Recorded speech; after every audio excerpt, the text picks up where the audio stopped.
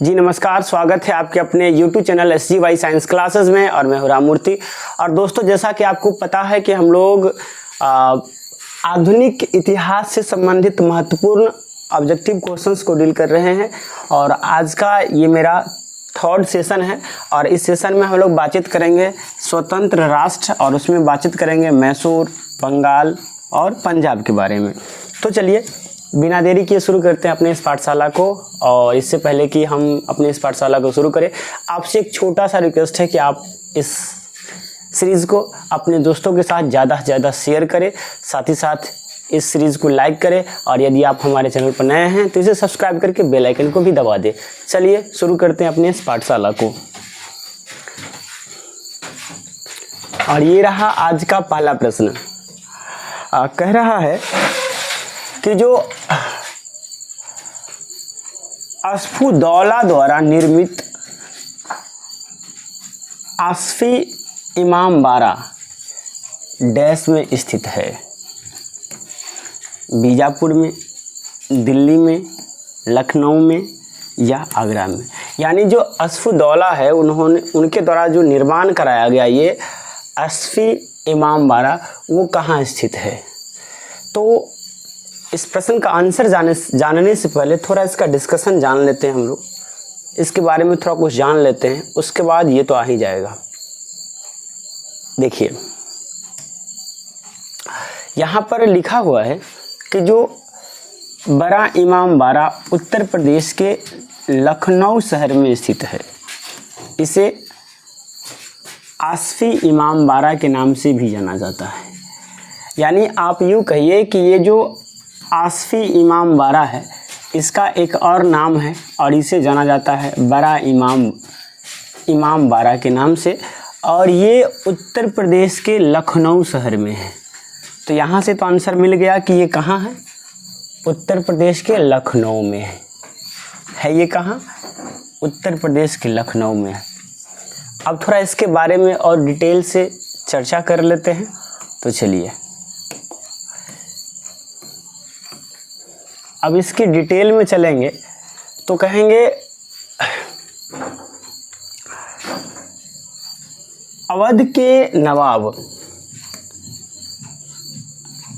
आसफुदौला ने 1784 में बनाया था। इसे कौन बनाया था? तो इसे अवध के नवाब आसफुदौला ने कब बनाया था? 1784 में बनाया था। यह मुहर्रम और ईद जैसे मुस्लिम अनुष्ठानों के उद्देश्य से बनाया गया था। इसका मुख्य उद्देश्य क्या था? जैसे कि ईद में जो अनुष्ठान होता है, जैसे कि नमाज पढ़ा जाता है तो इसमें आकर नमाज पढ़े। मुहर्रम में कुछ लोग नमाज पढ़ते हैं तो मुहर्रम के समय में आकर उसमें नमाज पढ़ा जाए, इस उद्देश्य से यहाँ पर बड़ा इमाम का निर्माण कराया गया था। किसके द्वारा? ये आसफुदौला के द्वारा। कहता है इसमें स्तंभों का प्रयोग नहीं किया गया है। याद रखेंगे, इसमें स्तंभों का प्रयोग नहीं किया गया है। इसी ने अवध प्रांत की राजधानी फैजाबाद से लखनऊ स्थानांतरित कर दी थी। किसने? ये जो शासक थे आसफुदौला ने, इसी ने अपनी राजधानी कहाँ से? फैजाबाद से लखनऊ स्थानांतरित किया था। तो यहाँ से कुछ प्रश्न और बन सकते हैं, जैसे कि ये जो है बड़ा इमाम जो है किस लिए बनाया गया था? तो ये मुहर्रम या ईद के अवसर पर अनुष्ठान के उद्देश्य से बनाया गया था। इसके बाद इसका निर्माण किसने करवाया था? तो आसफुदौला ने। कब करवाया था? तो ये 1784 में। इस प्रकार से भी प्रश्न यहाँ से बन सकते हैं। अगले प्रश्न की ओर हम लोग चलते हैं। तो यहाँ आप देख सकते हैं कि प्रश्न कह रहा है कि जो 23 जून 1757 को ब्रिटिश ईस्ट इंडिया कंपनी ने इनमें से किस युद्ध में बंगाल के नवाब पर निर्णायक जीत हासिल की थी? क्या वो रायगढ़ का था? जी नहीं। क्या वो प्लासी का युद्ध था, बक्सर का युद्ध था या इम्फाल का युद्ध था? तो इम्फाल का युद्ध तो हो नहीं सकता। तो अब यहाँ पर बक्सर का युद्ध या प्लासी का युद्ध होगा, इसको जानने से पहले हम लोग थोड़ा इसका डिस्कस जान लेते हैं कि 23 जून 1757 को जो युद्ध हुआ था वो कब हुआ था, कहाँ हुआ था, किसके बीच हुआ था। तो 23 जून 1757 को ब्रिटिश ईस्ट इंडिया कंपनी ने प्लासी के युद्ध में, कहाँ के युद्ध में, प्लासी के युद्ध में बंगाल के नवाब सिराजुद्दौला पर निर्णायक जीत हासिल की थी। यानी यहाँ से कुछ और प्रश्न बन सकते हैं। ये तो इसका आंसर मिल गया। आंसर क्या मिला कि ये प्लासी का युद्ध था। कहाँ का युद्ध था? ये प्लासी का युद्ध था। अब यहाँ से कुछ और प्रश्न बन सकते हैं, जैसे कि प्लासी के युद्ध में बंगाल का नवाब कौन था? तो सिराजुद्दौला था। प्लासी का युद्ध कब हुआ? 23 जून 1757 को। इसके बाद जीत किसकी हुई? तो ईस्ट इंडिया कंपनी की। अब अगर आगे की हम लोग बात करें तो कहेंगे कंपनी की सेना का नेतृत्व रॉबर्ट क्लाइव द्वारा किया गया था। अब यहाँ से एक प्रश्न और बन सकता है कि जो कंपनी थे, ईस्ट इंडिया जो कंपनी थे, उस कंपनी की सेना का नेतृत्व किसने किया? तो वो कौन किया था? रॉबर्ट क्लाइव ने किया था। आगे की और जब हम चलेंगे तो कहेंगे नवाब की सेना का नेतृत्व किसने किया था? मीर जाफर ने किया था। ये प्रश्न, उस समय बंगाल का नवाब कौन था? सिराजुद्दौला। प्लासी के युद्ध के समय बंगाल का नवाब कौन था? सिराजुद्दौला। लेकिन सिराजुद्दौला की सेना का नेतृत्व किसने किया? मीर जाफर ने किया था। और कंपनी की सेना का नेतृत्व किसने किया? रॉबर्ट क्लाइव ने किया। तो इतनी सारी बातें यहाँ पर आ जाती है और इस प्रकार से इसका आंसर क्या हो जाता है? प्लासी का युद्ध। इसका आंसर क्या आता है? प्लासी का युद्ध, यानी सी इज द राइट आंसर। आगे की ओर चलते हैं हम लोग और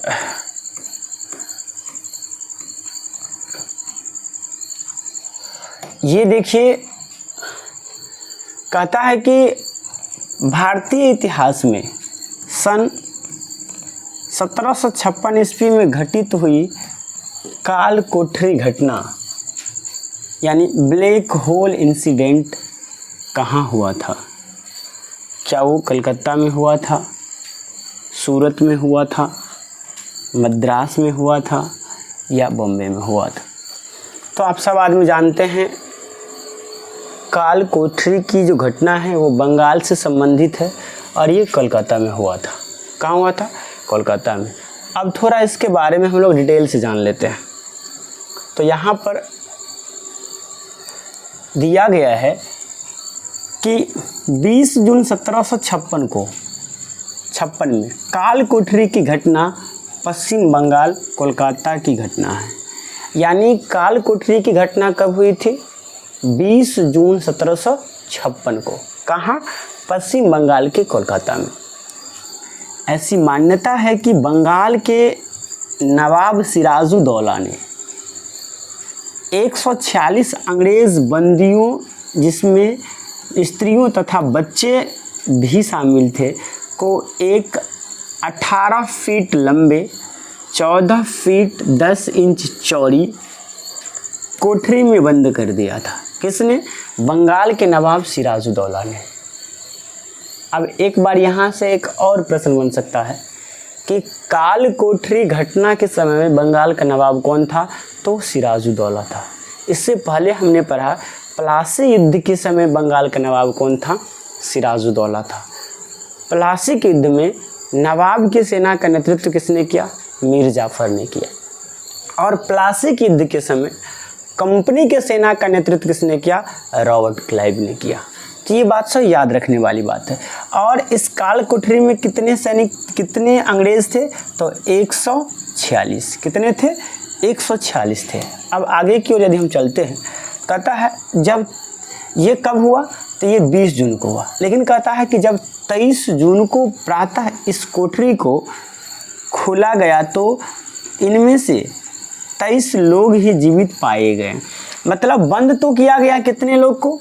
146 लोग को। कितने लोग को बंद किया गया? 146 लोग को। लेकिन जब 3 दिनों के बाद यानी 23 जून को जब इसे खोला गया तो इसमें से मात्र 23 लोग ही जीवित थे। जीवित रहने वाले में भी क्या था?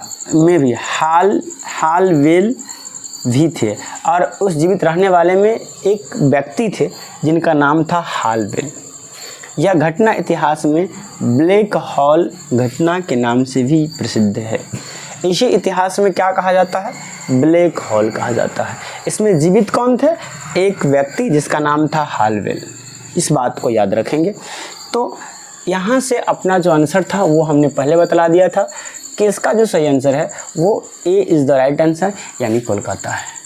अब आपसे पूछ सकता है कि इसका तिथि बताइए, तो आपको बताना है कि ये कब हुआ था? 20 जून को।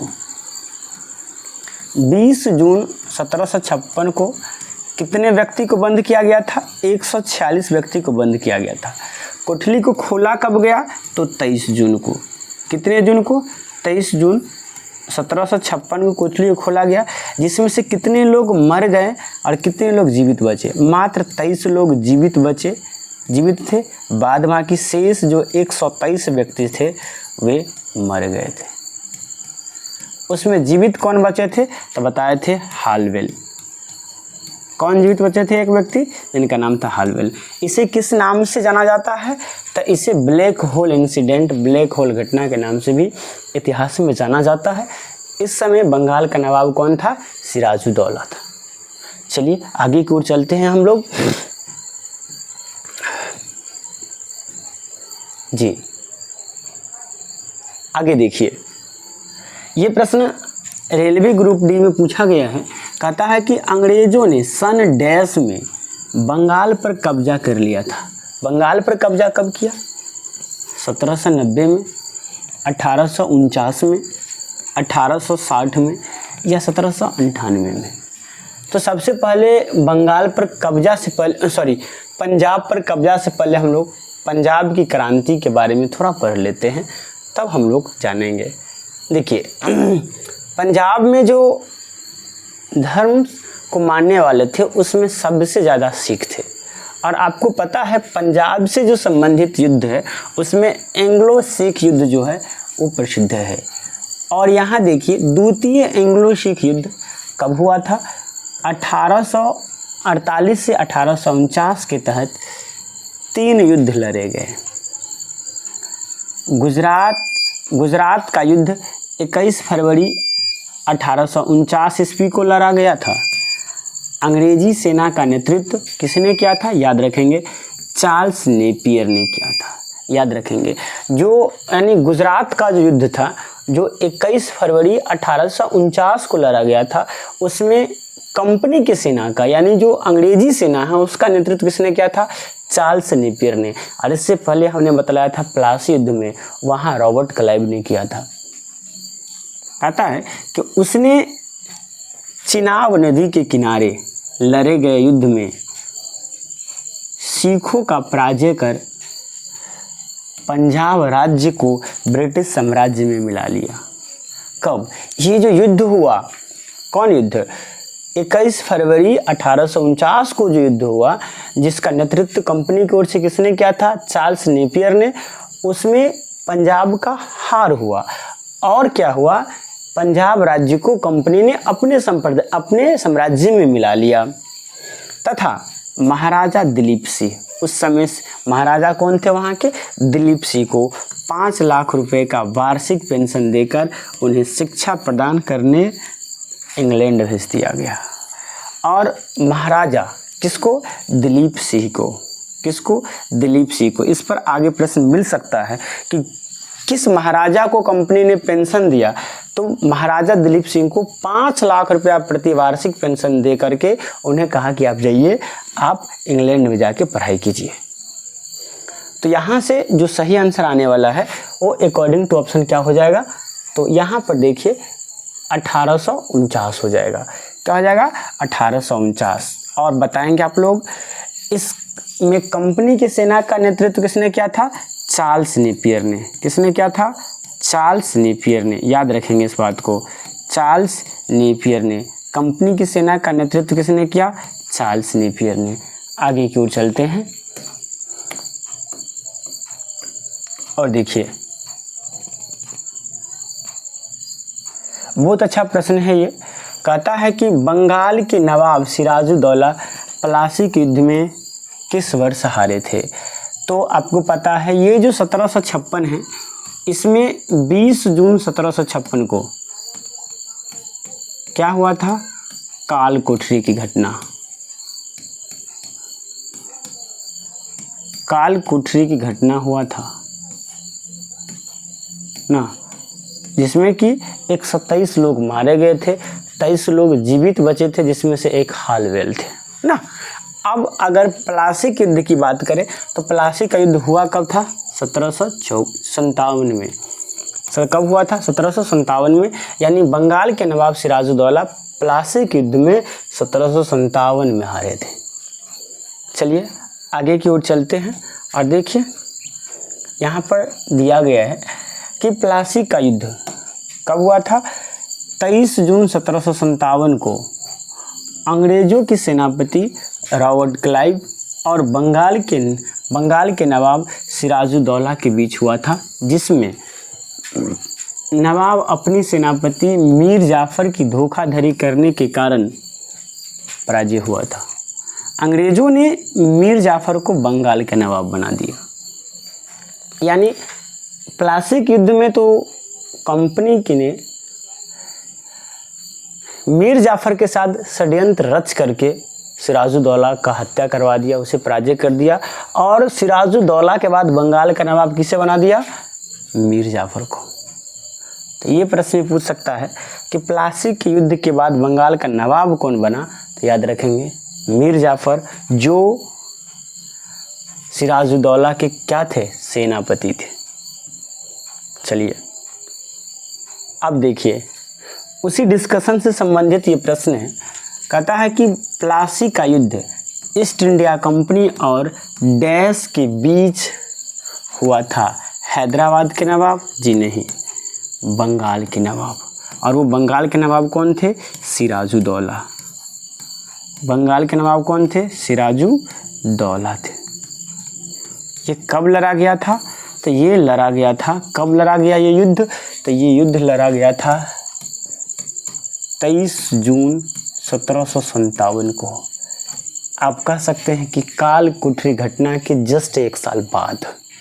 अच्छा, इस युद्ध में कंपनी का नेतृत्व, कंपनी की सेना का नेतृत्व किसने किया था? कहेंगे रॉबर्ट क्लाइव ने। किसने किया था? रॉबर्ट क्लाइव ने किया था। चलिए तो यहाँ से क्या हो जाएगा? बी हो जाएगा। आगे की ओर चलते हैं और देखिए अगला प्रश्न। प्रश्न कह रहा है कि किसने ईस्ट इंडिया कंपनी के खिलाफ प्लासी का युद्ध लड़ा था?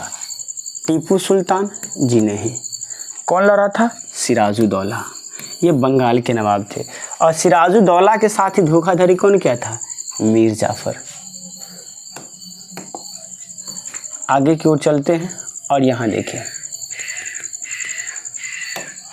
कहता है कि प्लासी के युद्ध में ब्रिटिश ईस्ट इंडिया कंपनी के सैन्य दल का नेतृत्व किसने किया था? क्या नेपियर ने किया? क्या नेविल ने किया था? नहीं। नेविल चैम्बरलेस? नहीं। क्या जेम्स अलेक्जेंडर ने किया था? नहीं। क्या एलन कनिंघम ने किया था? नहीं। किसने किया था? रॉबर्ट क्लाइव ने। हम इस बात को कई बार बोले थे और ये आया भी। देखिए, और ये सब प्रीवियस ईयर क्वेश्चन है, अपने मन से मैंने कुछ नहीं बनाया, ये सब प्रीवियस ईयर क्वेश्चन है।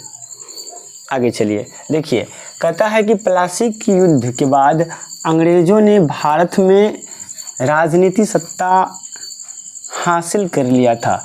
यह लड़ाई किस वर्ष हुई थी? यानी ये प्लासी का युद्ध कब हुआ था? तो ये सबको पता है, 1757 में। प्रश्न सेम है, सिर्फ भाषा चेंज कर दिया गया है ना। चलिए आगे की ओर चलते हैं और देखिए यहाँ कहा गया है कि जो हैदराबाद का अंतिम निजाम यानी शासक कौन था? अफजल उद्दौला, मीर महबूब उल खान अली खान, मीर उस्मान अली खान या नसीर उद्दौला, कौन था? तो सबसे पहले हम लोग हैदराबाद के बारे में कुछ जानकारी प्राप्त कर लेते हैं, उसके बाद आगे की ओर चलेंगे। तो यहाँ देखिए, निजाम का मतलब क्या होता है? शासक। निजाम का मतलब क्या होता है? शासक। शासक होता है यानी शासन करने वाला। तो निजाम हैदराबाद रियासत के स्थानीय संप्रभुत्व शासकों की पदवी को कहा जाता है। निजाम 1719 ईस्वी से हैदराबाद रियासत के शासक थे और आसफ जाही राजवंश से संबंधित थे। किस राजवंश से संबंधित थे? आसफ जाही राजवंश से। ये प्रश्न पूछा जा सकता है कि निजाम किस वंश से संबंधित थे, तो ये थे आसफ जाही राजवंश से संबंधित थे। कहता है कि इस राजवंश की स्थापना मीर कमर उद्दल सिद्दीकी ने किया था। अब एक प्रश्न ये तो इम्पोर्टेंट बनता है कि आसफ जाही वंश का स्थापना किसने किया था? तो ये मीर कमर उद्दीन सिद्दीकी ने किया था, की थी, जो 1713 ईस्वी से 1721 ईस्वी के मध्य में मुगल साम्राज्य के दक्कन क्षेत्र का सूबेदार था ना। ये जो थे मीर कमर उद्दीन सिद्दीकी, ये सबसे पहले क्या थे? सूबेदार थे। किस साम्राज्य के? मुगल साम्राज्य के। कहाँ? दक्कन के क्षेत्र में। कब से कब तक? तो 1713 से 1721 तक। लेकिन बाद में चलकर के इन्होंने एक नया राजवंश का स्थापना किया जिसका नाम था आसफ जाही राजवंश, और इसी आसफ जाही राजवंश के शासक को क्या कहा जाता था? निजाम कहा जाता था। कहता है कि इस रियासत के 7वें और अंतिम निजाम मीर उस्मान अली खान थे। इसके अंतिम शासक कौन थे? मीर उस्मान अली खान थे। इसका डिटेल और मिलेगा, नीचे चलते हैं। अली खान जो कब से कब तक रहे? तो ये 1911 से 1948 तक थे, जिन्होंने उस समय समर्पण कर दिया जब भारतीय सेना ने ऑपरेशन पोलो के तहत हैदराबाद को भारतीय संघ में मिला लिया। और ये जो थे कौन? ये जो शासक थे उस्मान अली खां, मीर उस्मान अली खां, ये 1921 से 1948 तक हैदराबाद का निज़ाम रहा। लेकिन जब अपना देश आज़ाद हुआ, गुलामी से आज़ादी मिली अपने देश को, तब ऑपरेशन पोलो के तहत इन्हें क्या कर दिया गया? इस राज्य को यानी इसके राज्य को भारत संघ में मिला लिया गया। तो यहाँ से आंसर क्या हो जाएगा? तो ये हो जाएगा मीर उस्मान अली खान। सी इज़ द राइट आंसर। चलिए आगे की ओर चलते हैं हम लोग।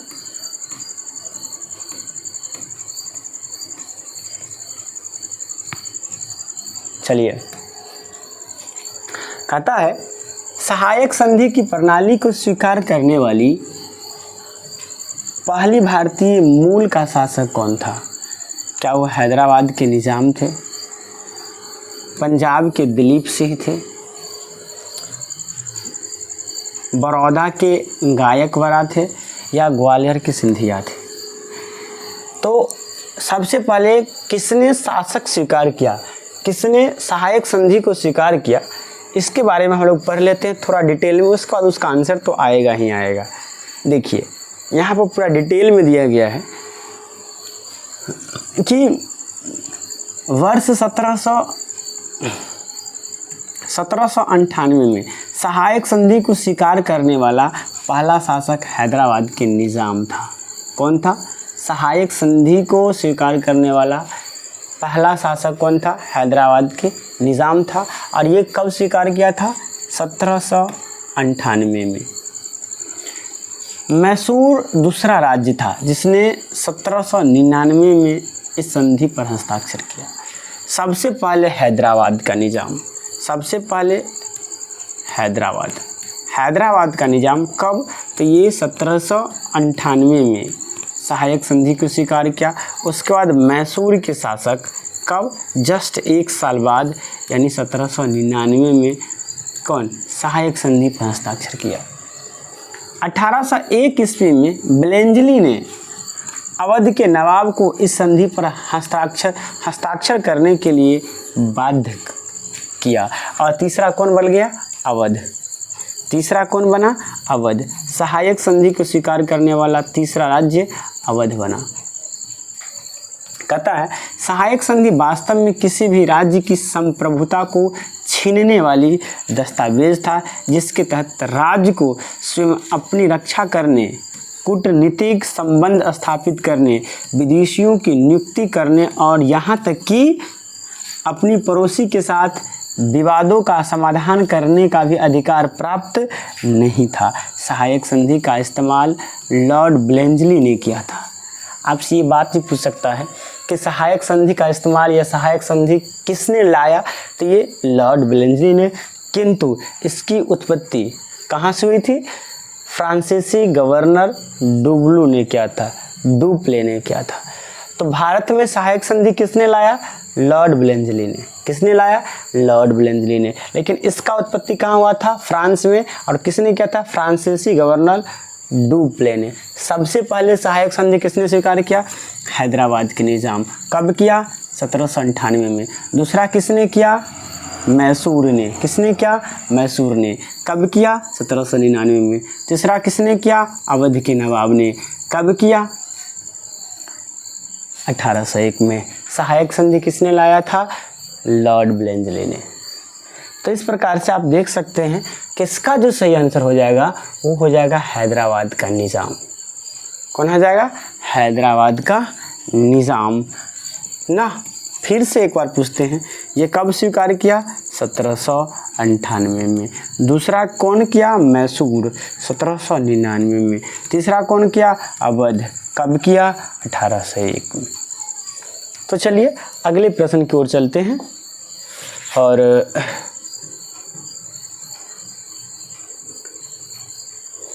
ये रहा आज का अगला प्रश्न। कहता है कि डैश के अनुसार ईस्ट इंडिया कंपनी द्वारा भारतीय शासकों को अपने स्वतंत्र सशस्त्र सैनिक रखने का अनुमति नहीं दिया गया था।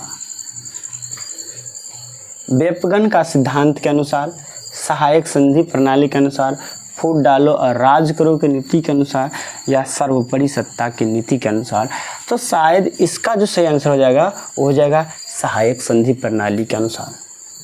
किसके अनुसार? सहायक संधि प्रणाली के अनुसार। और यही है सहायक संधि प्रणाली के अनुसार। आप देख सकते हैं कि सहायक संधि प्रणाली के अनुसार ईस्ट इंडिया कंपनी द्वारा भारतीय शासकों को अपनी स्वतंत्र सशस्त्र सेना रखने का अनुमति नहीं दिया गया था। आगे की ओर चलते हैं और ये देखिए अगला प्रश्न कहता है कि ईस्ट इंडिया कंपनी ने बंगाल और बिहार पर दीवानी अधिकार किस वर्ष किया? क्या वो 1865 में किया, 1765 में किया, 1675 में किया, या 1965 में किया? ये प्रश्न रेलवे एनटीपीसी 16 जनवरी 2021 के सेकेंड शिफ्ट स्टेज फर्स्ट में पूछा गया है। और आप यहाँ देख सकते हैं, थोड़ा इसको डिटेल में हम लोग पढ़ देते हैं। कहता है कि बंगाल, बिहार और उड़ीसा की दीवानी 1765 में मुग़ल बादशाह शाह आलम द्वितीय ने इलाहाबाद की प्रथम संधि के अनुसार ईस्ट इंडिया कंपनी को प्रदान कर दिया। कब किया? 1765 में। किसने किया? तो मुग़ल के शासक शाह आलम। किसने किया? शाह आलम ने। कहाँ? किसकी संधि में? तो ये इलाहाबाद की संधि में। इलाहाबाद की संधि में किसने? शाह आलम द्वितीय ने। इस संधि के अनुसार बिहार, बंगाल और उड़ीसा का जो दीवानी था वो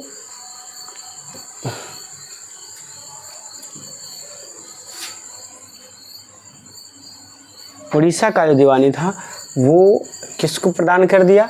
ईस्ट इंडिया कंपनी को। तो यहाँ से सही आंसर हो जाता है 1765। अब ज़रा इसका डिस्कशन थोड़ा पढ़ देते हैं। तो यहाँ आप देखिए, कहता है कि 1764 में बक्सर के युद्ध में अवध के नवाब को पराजय हो जाने पर कंपनी ने इलाहाबाद तथा उसके आसपास के क्षेत्रों पर अधिकार कर लिया।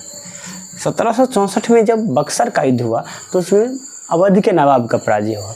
और इसके बाद क्या हुआ कि कंपनी इलाहाबाद के जितने भी आसपास के क्षेत्र थे सब पर अधिकार कर लिया। कंपनी ने यह क्षेत्र सम्राट को देकर इसके बदले में बंगाल की दीवानी प्राप्त की। और उसको अधिकार को, वो जो कंपनी ने जो क्षेत्र जीता था उसको किसको दे दिया, वो शाह आलम द्वितीय को दे दिया और उसके बदले में वो बंगाल का दीवानी प्राप्त कर लिया। दीवानी प्राप्त का अर्थ यह है कि कंपनी को बंगाल, बिहार तथा उड़ीसा में राजस्व वसूलने का अधिकार प्राप्त हो गया। मतलब दीवानी का अर्थ होता है कि अब वो कर लेगा, कहाँ से, बिहार से, बंगाल से और उड़ीसा से वो टैक्स वसूलेगा। इसके बदले में कंपनी बादशाह शाह आलम द्वितीय को 26 लाख रुपए वार्षिक पेंशन दिया करेगा। और वो जो कर वसूलेगा बिहार से, बंगाल से और उड़ीसा से, इसके बदले वो मुग़ल सम्राट शाह आलम द्वितीय को क्या देगा, 1 साल में 26 लाख रुपया देगा। आगे की ओर चलते हैं और यहाँ देखिए अगला प्रश्न देखिए। ये प्रश्न वही है, सिर्फ भाषा चेंज हुआ है। कहता है कि मुगलों ने ईस्ट इंडिया कंपनी को दीवानी अधिकार यानी बंगाल, बिहार और उड़ीसा में राजस्व संग्रहण करने और दीवानी के मामले का निस्तारण के लिए अधिकार किस वर्ष दे दिया, तो आपको पता है 1765 में। कब? 1765 में, क्योंकि 1764 में बक्सर का युद्ध हुआ था, उसमें अवध के नवाब का पराजय हुआ था और आसपास के क्षेत्र कहाँ चला गया था, कंपनी के पास। और उसी क्षेत्र को मुग़ल शासक शाह आलम द्वितीय को देकर के बंगाल, बिहार और उड़ीसा का दीवानी अपने नाम कर लिए। कौन? कंपनी। आगे की ओर चलते हैं। बक्सर का युद्ध किस वर्ष हुआ था, तो अभी जस्ट हमने चर्चा किया था कि बक्सर का युद्ध कब हुआ था, 1764 में। आगे की ओर चलते हैं। यहाँ आप देख सकते हैं बक्सर का युद्ध कब हुआ था, 1764 में लड़ा गया था। इस युद्ध में ब्रिटिश के सेना के विरुद्ध अवध के नवाब शुजाउद्दौला और मुग़ल सम्राट शाह आलम द्वितीय तथा बंगाल के नवाब मीर कासिम थे। तीन राजा मिलकर के कंपनी के सेना पर आक्रमण किया, लेकिन फिर ही वो पराजय हो गए। कंपनी के सेना का नेतृत्व कौन करता था? हेक्टर मुनरो ने किया था। इस युद्ध में अंग्रेजी सेना की विजय हुई। बक्सर के युद्ध में विजय के बाद ही भारत में वास्तविक रूप से ब्रिटिश प्रभुसत्ता स्थापित हुआ और इसी युद्ध के बाद पूरे भारत पर कंपनी ने अपना अधिकार प्राप्त कर लिया। तो दोस्तों, thank you for watching this video. आपको इस वीडियो को देखने के लिए बहुत बहुत धन्यवाद। आपको कैसा लगा हमारा ये वीडियो कमेंट करके बताइएगा। अगर अच्छा लगा है तो एक लाइक कीजिए, साथ ही साथ यदि आप हमारे चैनल पर नए हैं तो इसे सब्सक्राइब करके बेल आइकन को दबा दीजिए। चलिए मिलते हैं किसी नेक्स्ट वीडियो में। आज के लिए इतना ही। जय हिंद, जय भारत।